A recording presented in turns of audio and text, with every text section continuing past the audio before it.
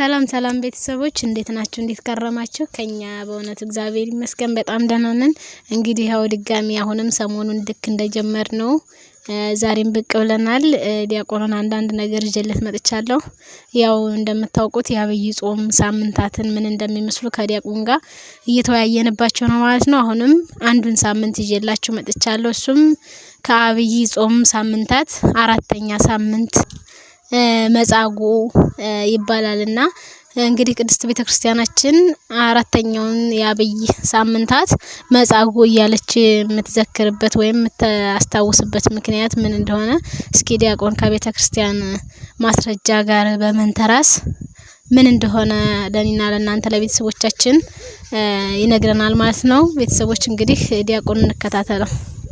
እሺ እግዚአብሔር ይስጥልኝ። ሰላም እግዚአብሔር ይብዛላችሁ። የተወደዳችሁ የኤፌሶን ቲዩብ ቤተሰቦቻችን በእግዚአብሔር ሰላም እንደምሰነበታችሁ እንደምንከረማችሁ እግዚአብሔር ይመስገን እኛ በጣም ደህና ነን። እንግዲህ እንኳን አደረሳችሁ፣ እንኳን ለዚህ ችለት ለዚህ ሰዓት አደረሳችሁ።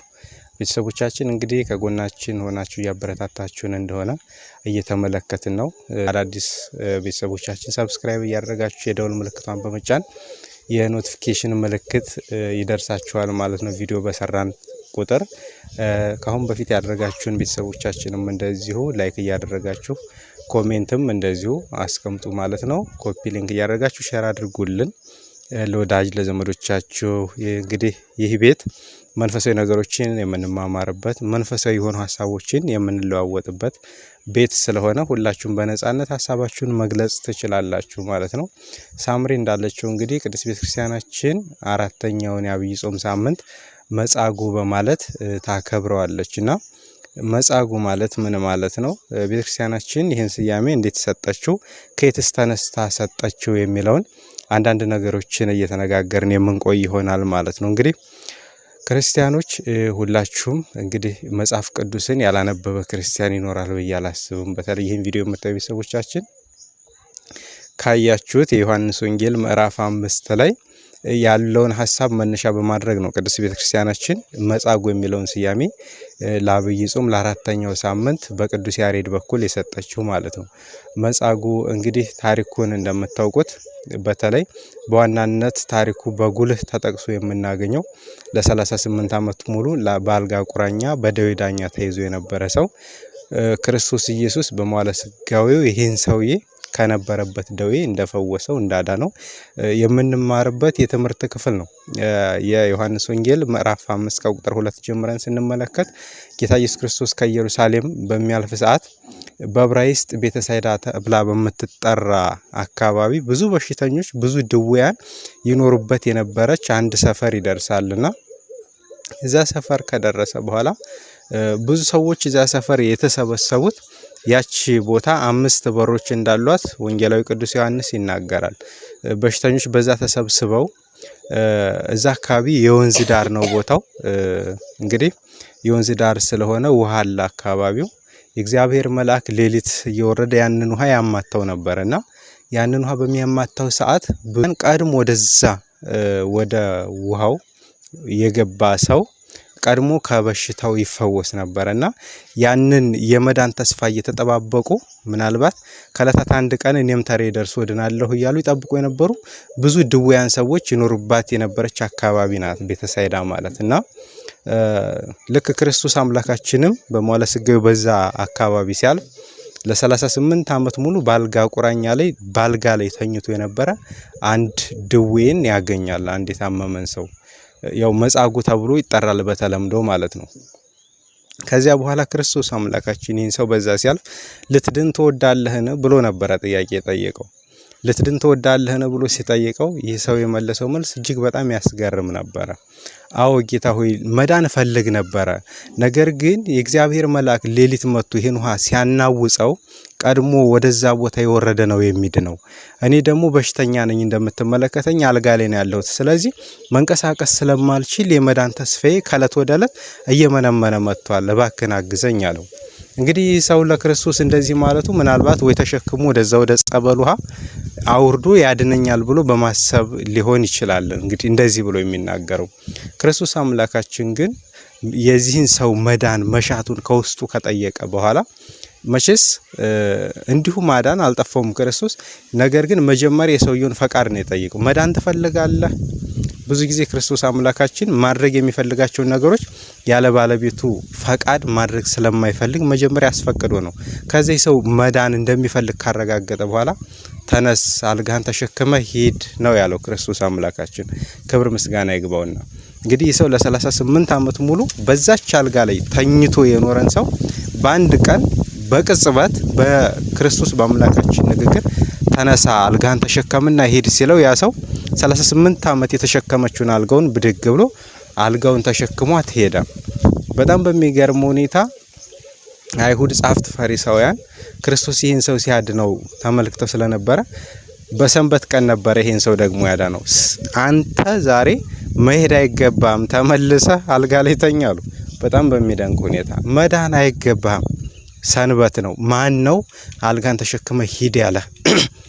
በነገራችን ላይ የአይሁድ ስራቸው በጣም እጅግ ይደንቃል። ማለት አንዳንድ ጊዜ በዚህ ልክ ክፋትስ ምን ይሰራል? መዳን አይገባም ማለት እንግዲህ ሰንበት ስለሆነ ሰንበትን ለሰንበት ተቆርቁሮ የሰንበት ጌታዋን የሰቀሉ ናቸው አይሁድ ማለት። ስለዚህ መዳን አይገባም ተሸክመህ አትሄድም ማለት ያዳነኝ እሱ አልጋን ተሸክመ ሂድ ብሎኛል፣ ስለዚህ እሄዳለሁ አለ። ያዳንህ እሱ ማን ነው ብለው ጠየቁት። ይሄንን መጻጉዕ የተባለ ሰው ያ ሰው እንግዲህ ክርስቶስ ያንን ሰው ተነስተህ ሂድ ካለው በኋላ ብዙ ሕዝብ ስለነበረ ተሰውሮት ለጊዜው ማግኘት አልቻለም፣ እንዳይጠቁማቸው ማለት ነው። ከዛ በኋላ ሊያገኘው አልቻለም። አልጋውን ተሸክሞ ያ ሰው ሄደ። አይሁዶች ግን ይህንን መጻጉዕ የተባለ ሰውዬን ሰንበትን ሽሮ ያዳነን ሰው ፈልገው እነሱ ሊገርፉት በሕጋቸው ሊቀጡት አጥብቀው ይፈልጉት ነበረ። ያን ቀን ግን ይህ ሰው አላገኘውም ነበረ። ክርስቶስን ሊጠቁማቸው ፈልጎ ነበር እለቱ። በሌላ ጊዜ ክርስቶስ ኢየሱስ እያስተማረ በሕዝብ መካከል ይህ ሰው መጣ። ሲያገኘው አምላካችን ምንድን ያለው? ድነሃል አይደለ? የባሰ ነገር እንዳገኝህ ደግመ ኃጢአትን አትስራ አለው። በዚህ ሰዓት ስለዚህ ያዳንከኝ አንተ ነህ ማለት ነው አለ። ከዚህ በኋላ ይህ ሰው ሄደና ለአይሁድ ያዳነኝ ሰው ይሄ ነው፣ ባለፈው አልጋን ተሸክመ ሂድ ብሎ ከደዌ የፈወሰኝ ሰው ይሄ ነው ብሎ ለአይሁድ ጥቆማ ሰጠ። ከዚህ በኋላ አይሁድ ክርስቶስ አምላካችንን ፈልገው የሚይዙበትን አሳቻ ሰዓት ይፈልጉ ነበር። ከዛ በኋላ አይሁድ ክርስቶስን መከታተል ጀመሩ። እንግዲህ ልብ በሉ ክርስቲያኖች፣ ይህን ሰው ክርስቶስ ኢየሱስ አምላካችን ከነበረበት ደዌ እድሜ ዘመኑን ሙሉ ያልጋ ቁራኛ አድርጎት ከነበረው ደዌ አድኖት ነበረ። ኋላ ላይ ግን ይህ ሰው ክርስቶስ አምላካችን እንደነገረው ደግመ ኃጢአትን አትስራ እያለ ያስጠነቅቀው ነበረ። ነገር ግን የዚህ ሰው ዕጣ ፈንታው የሆነው ልክ እንደ ይሁዳ ነው። ይህ ሰው መጨረሻ ላይ ክርስቶስ አምላካችን ሊሰቀል ያን የመስቀል ጉዞ እያደረገ የቀራኒዮ ጉዞን እያደረገ እንኳን በጥፊ እንደመታው ሊቃውንተ ቤተክርስቲያን ይናገራሉ። ከዛ ደዌ ድኖ አብሮ ከአይሁድ ጋር ተባብሮ ክርስቶስ እንዲሰቀል ያስተባብር ነበረ። እርግጥ በክርስቶስ መሰቀል ዓለም ድኗል። እኛ የሰው ልጆች ሁሉ ከመጣብን የኃጢአት ደዌ ተፈውሰናል። ነገር ግን ይህ ሰው ያደረገው ነገር ክርስቶስን እጅግ ልቡን የሰበረ ነበር። ሁለተኛ መስቀል ነበረ ለክርስቶስ። ምክንያቱም በሚወዱት ሰው መከዳት ይሁዳ እንደምታውቁት ክርስቶስን አሳልፎ ለ30 ብር ሸጠው። ይህ ሰውም እንደዛ አድኖት እድሜ ዘመኑን ሙሉ ያስጨንቀው ከነበረው ደዌ ያልጋ ቁራኛ አድርጎት ከነበረው ደዌ ፈውሶ ሳለ ነገር ግን ከአይሁድ ጋር ተባብሮ ክርስቶስ እንዲሰቀል ያስተባብር ነበረ።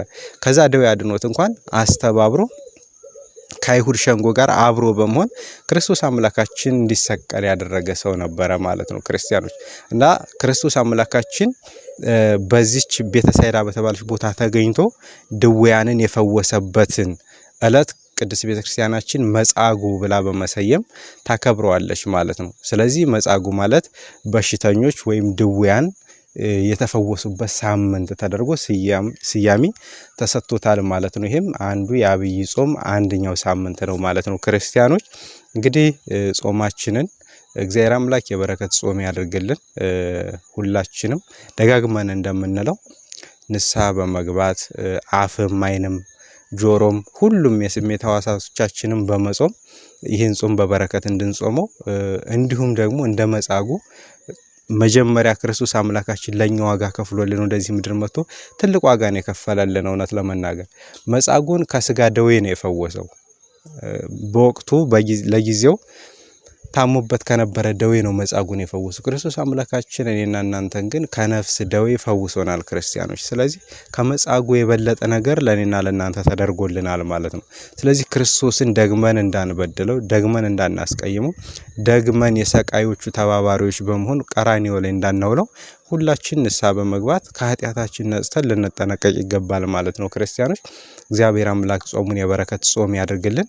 ቀጣይ እንግዲህ የደብረ ዘይትንም እንደዚሁ የሌሎች አጽዋማትንም በሌላ አዳዲስ ቪዲዮዎች እየሰራንላችሁ እንመጣለን። በኔ በኩል እዚህ ላይ ጨርሻለሁ። ሳምርዬ እግዚአብሔር ይስጥልኝ። አሚን። ሺ ዲያቆን ቃልዮትን ቃለ በረከትን ያሰማልን። እንግዲህ ቤተሰቦች በጣም ብዙ ነገር እንዳተረፍንበት ተስፋ አደርጋለሁ። ደግሞም ብዙ ነገር አተርፈንበታል።